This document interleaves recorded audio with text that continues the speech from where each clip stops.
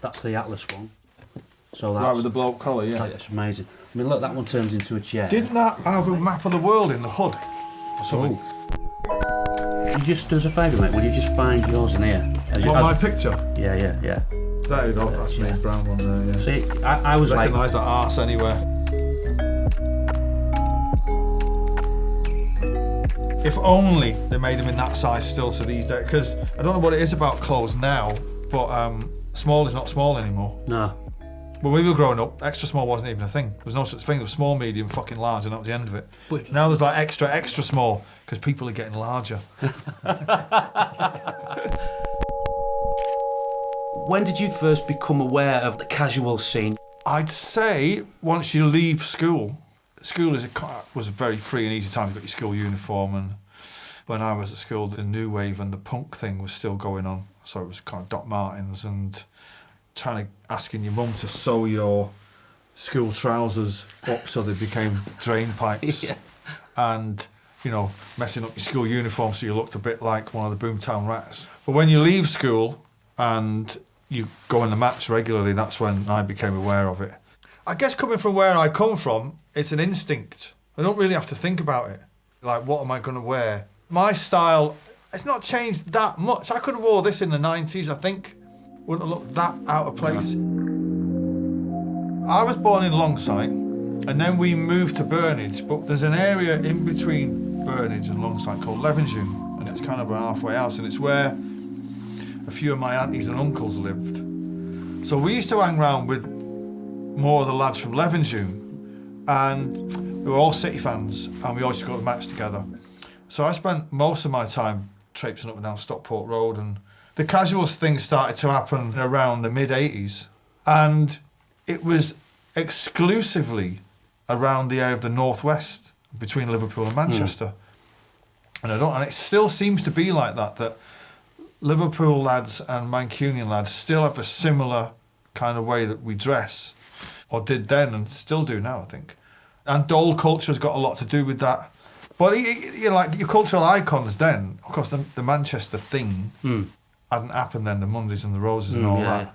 So the Manchester icons would have been Morrissey and New Order, and they were hardly casuals. And over in Liverpool was Echo and the Bunnymen and Frankie Goes to Hollywood, and they weren't either. It was not something that, you went to bed one night and got up and everybody was wearing, Kappa cagoules. It's kind of a thing that just crept in, do you know what I mean? Back then, I'm assuming like you didn't have a lot of money to buy clothes. Where were you shopping? Where were you getting your clothes from? Because a lot of the stuff that I was getting when I was growing up was second hand. I was borrowing clothes. I couldn't afford the things that you wanted. Manchester had some great little shops.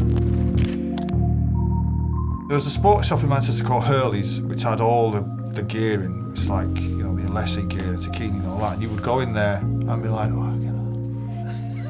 look at that. And then there was, in the underground market, there was a place called Oasis. They didn't have a lot of stock. It was just choice bits, great Adidas trainers and amazing tracksuit tops. But we used to get most of our stuff from the Army and Navy stores, which used to get kind of, dead stock Levi's and Levi's shirts, high-tech trainers, and Dunlop Green Flash. Silver Shadows? What they call Wimbledon, I don't know what they call. They were white and green anyway. Oh, the high-tech ones, yeah, okay, I know what you mean. And, like the like squashy sort of ones, weren't they? Yeah. And the Dunlop Green Flash and the Blue Flash. Oh, remember those? I'm not familiar with the Blue Flash. Well, the Blue Flash, obviously the Green Flash had a green flash on them, and the Blue Flash had a sky blue flash on them. There you go, yeah. Some might say the superior shoe, but we'd have to speak to Gary Aspden about that. Obviously, we were all on the dole, so the Army and Navy stores was quite cheap, and you just see buckets and bins. I remember one summer they got a stock load of these yellow and brown checked short sleeve Levi's shirts and a load of brown Wrangler flares, and fucking everybody in Manchester had them, and I mean everyone. And I remember going with City away to Oldham, half an hour up the road, and these Oldham supporters being like, what y'all wearing flares for? Like, it's like we come from another planet. We're only like 2 minutes up the road. So there's a lot of Army and Navy stores, and that's where the Parker thing came from, because you could get them in the Army and Navy stores. And it's you don't see them anymore, Army and Navy shops anywhere really. They're kind of shut down, haven't they? Well, there was a place in the Arndale market as well that Phil Sachs used to run, which had the Lee cords and all that. I'm not sure what the Not sure what the stall was called, but you'd see the Happy Mondays there. Or you wouldn't know that you didn't know they were Happy Mondays until a few years later, and you go, "Sure, that's the ones that we sang around that shop." So there was a few places, and they were selling dead stock, end of line shit that nobody was buying from the 70s. Yeah. I thought. Do you come in here on a daily basis? Yeah. Like a full-time job? Yeah. 12 till 6. That's my hours. Yeah, well, I run a very... 12 till I know. 6. Well, I do 12 till 6. In fact, I've always done that. I don't really particularly like being in the studio, if I'm being honest. You know, if you can't get it done in 6 hours, whatever it is you're trying to do, forget about it. And I've been doing it long enough now to know that after 6, if you break for dinner, the stuff that you do between 8 and 10, you always end up redoing anyway. Right. So I've got a very northern attitude to it, whereas I'll work from 12 till 6, mate, and I'm going home for my tea. Oh, I'll watch and shave. And then I'll go watch football, and then I'll go to natter with wife, and then I'll go in bed. So these guitars, you've written some of your masterpieces on these? Actually, no. All the ones that I've written the Oasis stuff on there, and I don't really look at them anymore. You don't know? Well, no, they're priceless to some Japanese collector who I hope to find in later life. When you were in Oasis, did you ever talk about like what you're all going to wear? No. Never ever, I don't think. That's how we dressed. Yeah. So we never spoke about it. No, never once. No. Never once. We never really wore the same gear, do you know what I mean? Although it's a similar style, it wasn't like, I can't wear that, we're wearing that kind of thing. I was trawling through the internet and looking at Oasis days in terms of some of the jackets that you wear, and you've got the Penfield. I think that's one you played at Maine Road. Yeah. And then Knebworth, you've got the orange... That boss jacket. The Hugo boss jacket, yeah. I had a white one and I had an orange one. And a white one I wore, funny enough, I went to the Train Spotting premiere at Cannes Film Festival, right? And I'd never been to Cannes. I didn't even know what it was, right? So we're going for the weekend and we get there, and on the day of the premiere, I come down wearing that white jacket and a pair of fucking jeans and Adidas trainers, and everyone's like, "What are you going on?" And I was like, "What are you talking about?" They're like, "It's fucking Prayer the Can." And I was like, "Well, what is it?" They were like, "You fucking see when you get there." So I get out of the car, and it's kind of, fucking all the world's press and everyone's dressed like they do for film premieres. I'd never been to one before. And I'm like, fucking, going to fucking Blackburn away. I get to the top end of your ticket, and a fella, French fucking geezer, just looks at me and says, "Okay." Like it, yeah. I was thinking, he's going to turn me away. Everyone's in dicky bows and all that. And he's like... Avant-garde. He probably thought you were a filmmaker. Yeah, he did, but he thought I was. Like, oh, okay. Because I've seen a picture of you on a scooter in that white boss one. Yeah. I must have bought 2 the same day. I don't know what. I've never seen them since. Well, never seen them since. No. I'm coming a bit Eamon Andrews now. Tonight, no. This is your jacket. Is it the one? No, it's not the one you were wearing, of course. I mean, that'd be madness, wouldn't it? Too big, fucking what big. It wasn't even that big. No, then. that was seriously. That would have been probably the size you were wearing. Why is it a medium? Yeah, fucking hell. It's nice, actually not a bad jacket. Do you know what? It's really nice. Yeah. And I didn't know it had a little zip out hood. I never take the zip out. I always make the mistake. I'll to see what the odds like. You can never get it back. Get it back to sit the same way. You can't get it back in, roll them back in. I've done it with so many Stone Island jackets, and you put it back in, and it's just like then the collar's falling over. It's fucking awful. Yeah. So the tip to you there is it's there to make the fucking collar stand up. It's not for raining. That's in immaculate condition, though, isn't it? Where did you get it from on eBay? So I put it out on Instagram to see if anyone had one. I put a picture up and I said, "Anyone got this jacket?" And 2 lads got back to me. No way. And one didn't have the badge on, so I thought... Is it a Velcro badge? Yeah. Is it? No way. Yeah, it's sort of, yeah. I did not know that. But I don't know if it comes off or not. So it says so he wants it back. Don't fucking touch it. Yeah. Don't look at it. I'm not a hoarder at all. I'll wait until my wardrobe is heaving, and I'll keep most things, and then I'll wake up one day and go, right, so I'll go in, and I'll just give it all to a charity shop. And I don't really get sentimental about it. There are some Stone Island jackets I wish I'd kept. Like some of the lads who work in the shop will say, "Have you still got that particular..." I had one of the first ever reflector jackets ever.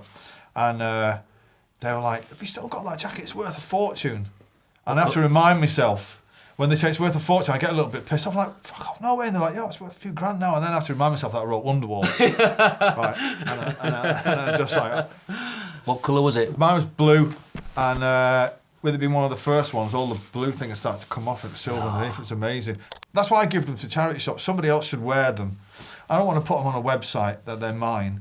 And I don't leave them with kids because they'll swap them for a chalk ice, you know, when I'm gone. My daughter wears some of my gear, and eldest Donovan will wear it. So I'll kind of pass it on to them. But I like putting it back out there. Someone else can walk into Bernardo's and go, what, £90 for that? Just check the pockets off. If there's a plectrum in it, it belongs to me. If your house was on fire, Noel... Which one? You can keep that in. And you only had time to save one jacket. Everything else is all right. Everyone else is all right, by the way. Right, the kids have got out. Everyone's so we're all good. The cat's gone, all the so guitars are gone. The one that I would save is not. I haven't actually got it at home. I kind of think it's in storage somewhere. Whereas I bought this Stone Island coat. Everyone's seen me wear it. I've wore it to death. I bought it in flannels in Leeds on a day off, and I actually went to Leeds to get it because I'd seen it somewhere, and I think from the Stone Island shop said they've got one in flannels in Leeds and they'll hold it for you. And I don't think it was a day off. I think we had a gig that it's like to get there and back for 4 o'clock for the sound check, and did it. That's dedication to the cause. That, and it's a beautiful. I've wore it everywhere to Glastonbury, all over the world. It's kind of like a grey green. I don't know what it's called, but it's got a beautiful colour, lovely coat. It all starts with the Snorkel jacket, right? Because everybody's got one of them. And then there was the famous Adidas cagoule, which had the hood inside the collar. Right. Was that the one with just this? Just a little stripe across there, like colour, like there was a grey one and it had like the yellow stripe across there, yeah. But the one that was like from the fucking future was the Kappa one. It had the red thing with the Kappa logos all the way down the side. It wasn't navy blue, but it was a funny colour blue. Yeah. And it's like electric blue, wasn't it? I used to wear them with the hoods spread out. Yeah. And I remember when they came out thinking, I have got to go and steal one of those from somewhere. And did. Do you know what? There's a lad on Instagram and he still gets those. Right, no way. And I'm like, am I too old to wear a Kappa cagoule? Well, I remember meeting Paul Heaton from the beautiful South when Oasis first took off. I remember having a conversation with him saying how old you have to be before you have to stop wearing trainers. You know, and at that point it was like, I don't think I'll ever stop wearing trainers. But the generation before us all, you know, the Uckies, but they never wore trainers, you know what I mean? So I dread the day I start to wear shoes. But are you too old to wear a cagoule? Probably told to wear it all the time. But there are certain, you know, to the match, all bets are off. I'm wearing shoes today, Noel. You know. I didn't notice that when I came in. I've made a mental note of that. I'm scarred for life. Do you think that there's not as much fun now in searching for things, like finding that holy grail, because you can just go on the internet? Yeah, it's a bit easier. I remember when I was a roadie for the Inspirals and going to Argentina. I remember going into a shop in Buenos Aires and getting a pair of Adidas. I can't remember what they were.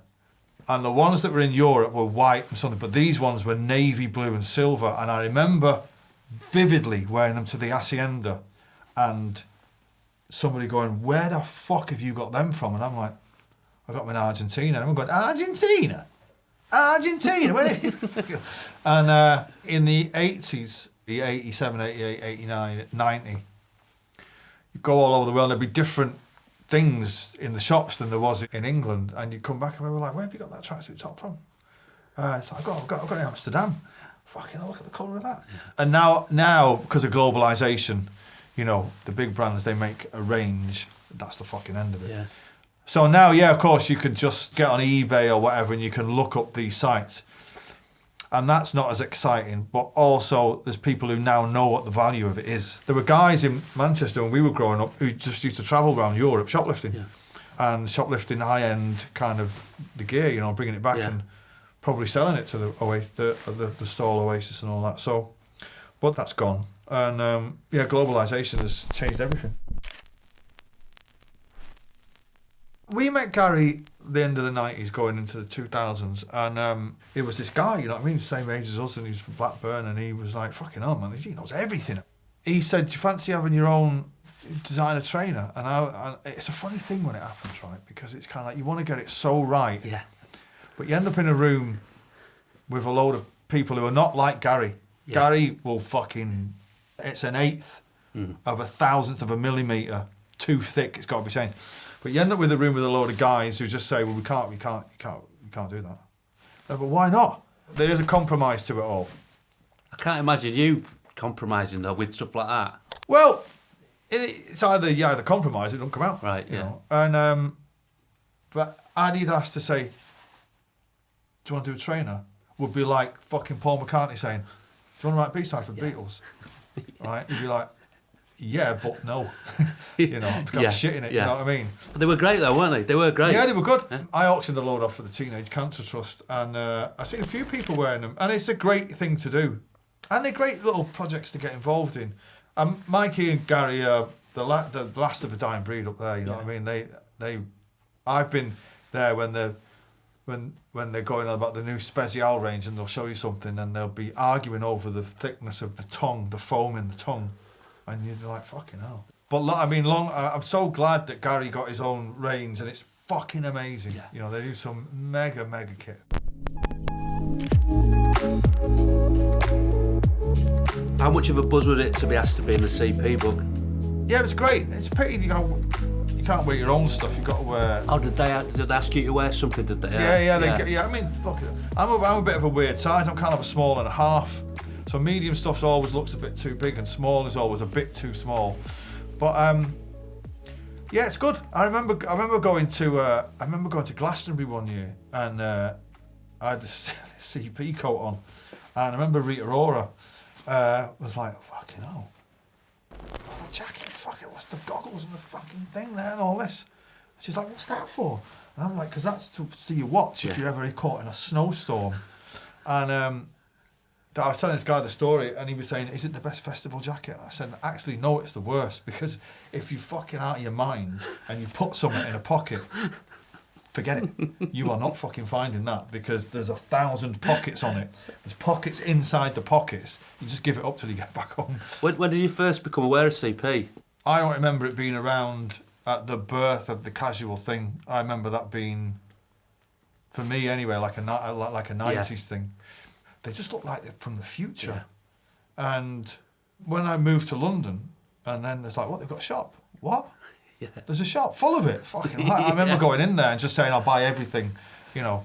And for about 3 years, every time Kevy ran the shop, seeing me pull up in a taxi, he'd be like, quotas are in this week. We can eat this week, kids. Yeah. And I would go in there. They were all, at one point, you go in the CP shop, they were all Arsenal fans, all of them. And you'd spend hours in there just talking about football, and they do the Jedi mind trick on you, where they just pass you stuff while you're going on about Henri, and you just go, yeah, I'll take that.